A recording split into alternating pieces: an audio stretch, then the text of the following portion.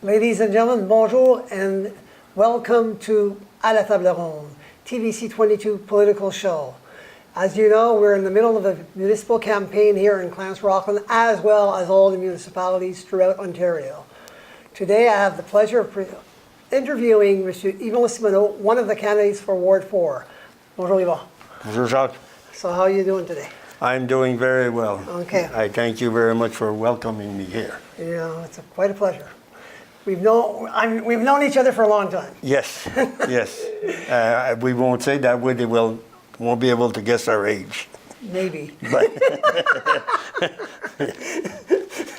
yeah, that's right. This having been said, a lot of people have seen you when you were at council for 2 years, and they've seen you, but they don't know you. Like, who is Yvon Simoneau?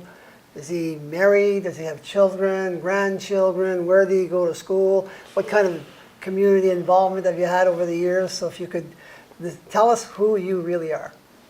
Well, let's just say that 71 years ago, I was born in Rawton on Powers Street, right at the top of the hill.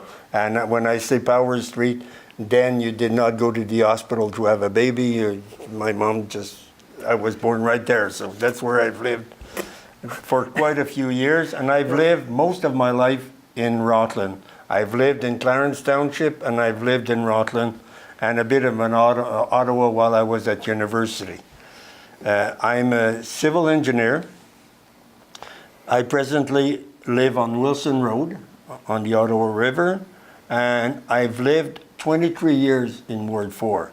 So people that have been driving by on Old Highway 17 and looked at that 140 years old or 150 years old house at the corner of Wilson and Old Highway 17. That's where I've lived for 21 years, and now I've moved down to Wilson Road, just a stone's throw away.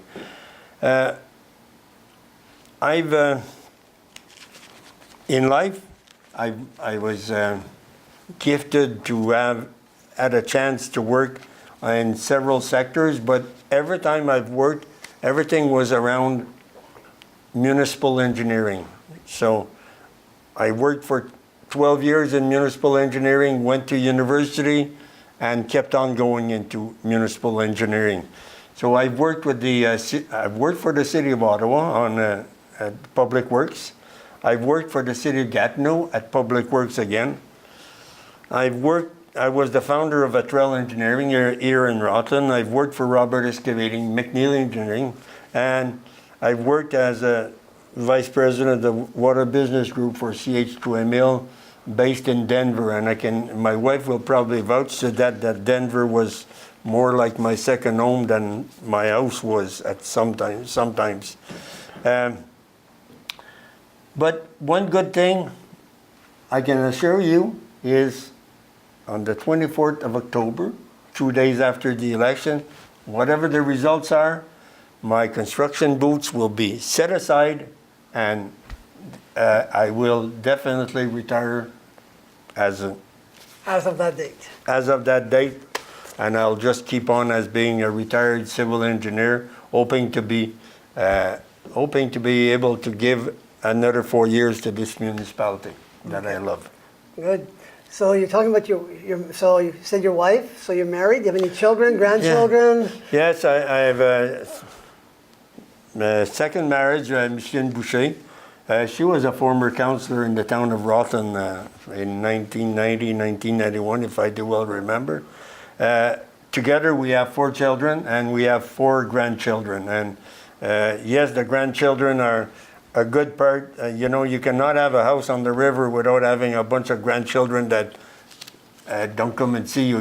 They always want to either go fishing at the end of the dock, or jump at the end of the dock. Mind you, the last 3 weeks was not a good time to jump at the end of the dock there. The water was brownish a little bit.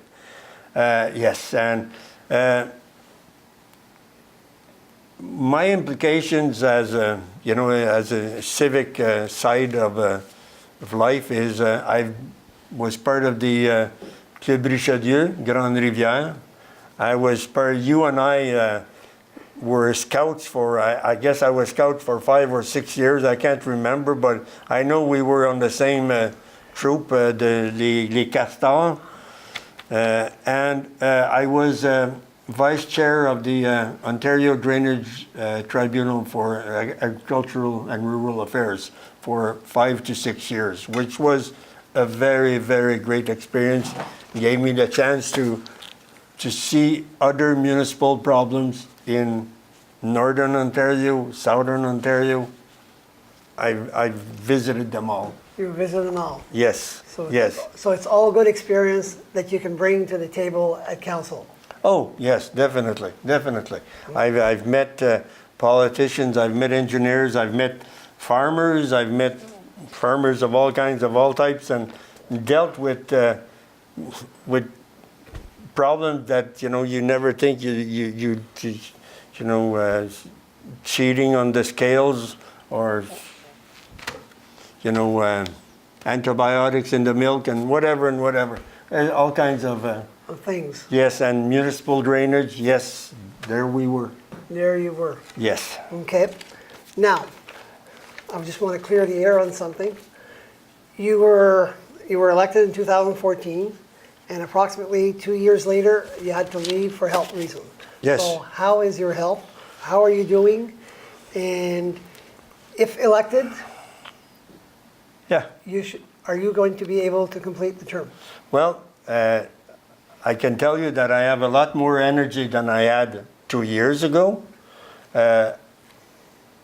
I'm not working full-time, doing 5 days in 4 days at the city of Gatineau, spending the other 3 days building a house, looking after my other clients, and doing my municipal council work, as well as having a daughter that was with 3 children getting divorced. There was a lot. And since I do not believe in being paid and not doing something for it, I decided that it was best for the residents of Ward 4 and the residents of the city of Clarence-Walton that I leave and let somebody else take over the...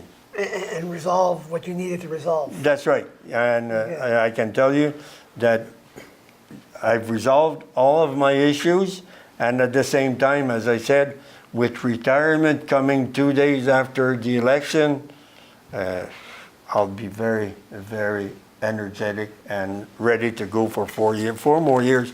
And you know what? I have so much to offer, and I don't want it to go to waste.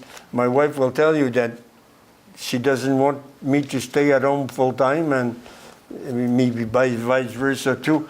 Life has been work and pleasure, and I want to keep on working, but working as a counselor, not working as a consultant. Okay, good. So what do you want to bring to the table at council this time around? Like, what is your political platform? What are the things you want to accomplish? All that sort of mixed up. My campaign slogan is very simple. It's let's manage our future together. And I stress manage, I stress future, and the together part. It's not all about me, and it's not all about our children and our grandchildren. It's about everything. When you woke up this morning, you had a $19,000 debt on your head, and your grandchildren, your 2 granddaughters, yes, the same thing. That's with the federal government. With the provincial government, you have 22,000. Okay, figure it out. And then the way the municipal debt is going at $55 million by 2020 or 2021, you're going to add another $2.2 thousand. So, you're going to be looking at $44,000 minimum. That's before you pay your mortgage, that's before you pay your car, this. It's got to stop. What I want to do is I want to try to make this city a vibrant city, not cité dortoir, bedroom community. I want it to be a safe city where it feels good to live there. I want a city with a debt that it can manage. You know, just because we're at 60% of our borrowing capacity right now doesn't mean that we can just add on and add on and add on. It's got to stop one of these days. We got to look, you know, it's okay, credit cards, you know, everybody's got credit cards, but at one point in time you have to pay them. I want a city that can manage its finances. You know, you and I probably can remember in 1989, Harry Allen in the city of Gloucester. He came, you know, one day and he said, the way the city of Gloucester is going, we're in debt. The only way we're going to do 33% increase in taxes in 1 year. And finally they settled for 29. The next year, I can tell you, he lost the election and Claudette King came in and she said, we're not going to lower the taxes, we're just going to freeze them. But it was one of the richest cities in the whole place. Us, we're borrowing and borrowing and borrowing. It's got to stop. It's got to stop. It's got to stop. Yes. And we're really not taking advantage of the fact that our northern boundary is the city, is the Ottawa River. Okay. Really, we're not. And how can we exploit that? Well, let's just say I'm not gonna detail, but definitely I'll be working the next 4 years at securing spaces for a bike path, and you know, I look at Petrie Island. The grandchildren go to Petrie Island. They love it there. Maybe we could have something in the city of Clarence, Rockland, definitely. Definitely. And you know, I'll be sitting down with the members of council and let's see what we can do. Okay. We need to take a small break, Yvon. Yep. So, ladies and gentlemen, we need to take a short break, but we will be back shortly, so please remain with us.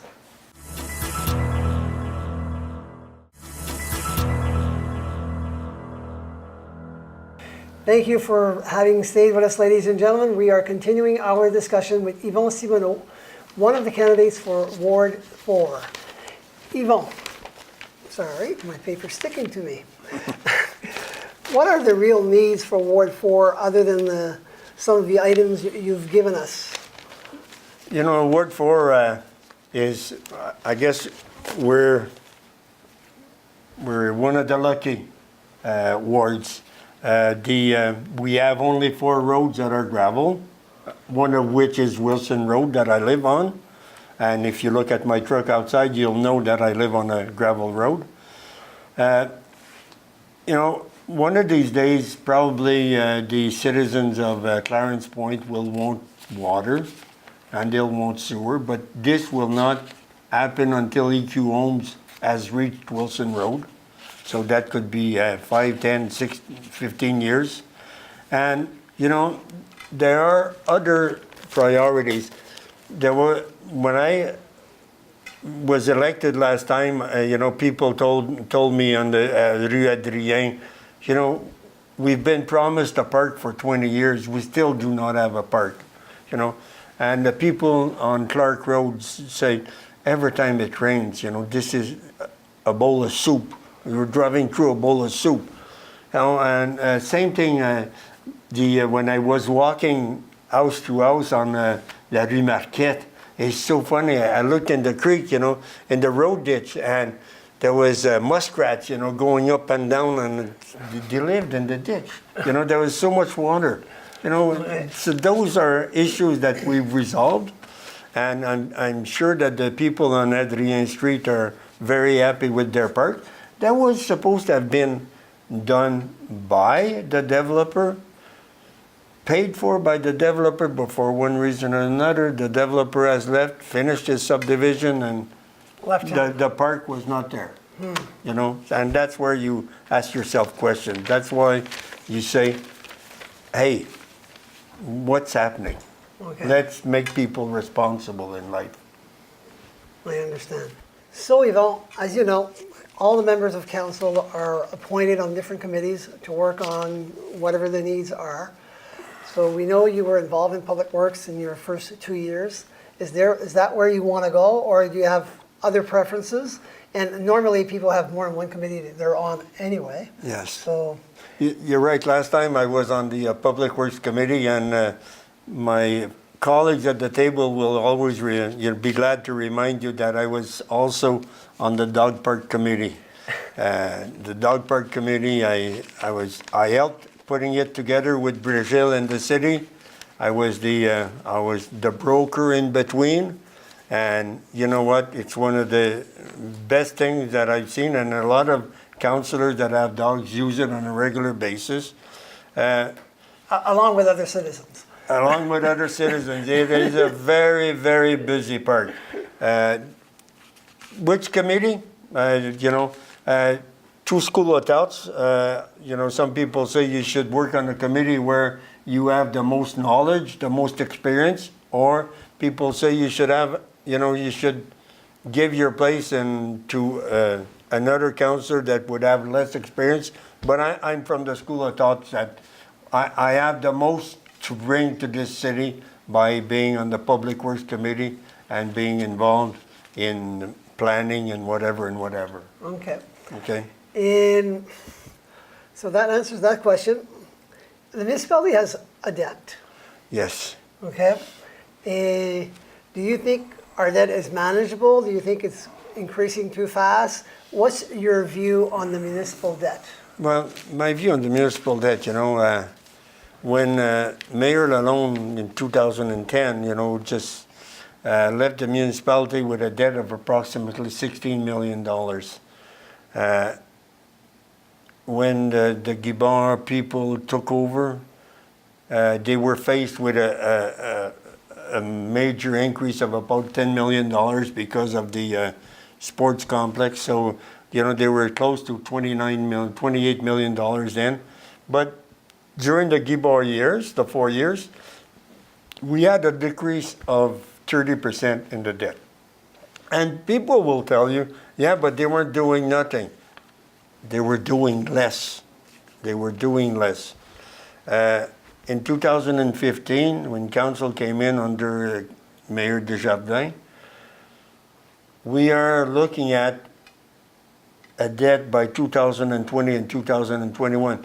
And I'll say then, because the actions of the present council, they've taken decision, they're committed to some projects, which will bring the debt to some $55 million, an increase of approximately very close to 300%, at 3 times the. And is it manageable? It is still manageable. We're looking at approximately 60% of our borrowing capacity. But you know what? It's got to stop. Every $200,000 added in this municipality represents 1% tax increase. If we have increases in interest rates by 1%, we could be faced with 400,000, 500,000 more in payments. Hey, this is going to affect, 2% here, 1% there. It's a lot. It's a lot. And can we still manage it? We need to take control. We need to rein in the expenditures. We're bringing in $40 million a year in revenue, be it taxes, be it development charges, be it user fees. People don't realize user fees. Close to $14 million of user fees per year. And if you look at the user fees for the people that are on water and sewer, it's very simple. The council has decided it's an increase of 3% per year for the next 10 years. We're looking at 35% increase in 10 years because you're going to be increasing by 3% on the previous year and whatever, it's compounded. So, hey, you're not only going to be paying taxes, but you're going to be paying increased user fees. And it has to stop. You know, it has to be managed. You know, this is not, you know, financing is, I'm not an accountant, and I never said I was an accountant, but I can tell you a difference between an accountant and an engineer. An engineer, you have a project, you have $200,000 to do the project.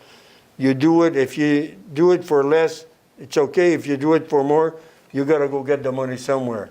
And municipalities are not permitted to have a deficit. So if they have a deficit at the end of the year, like they had last year, they had to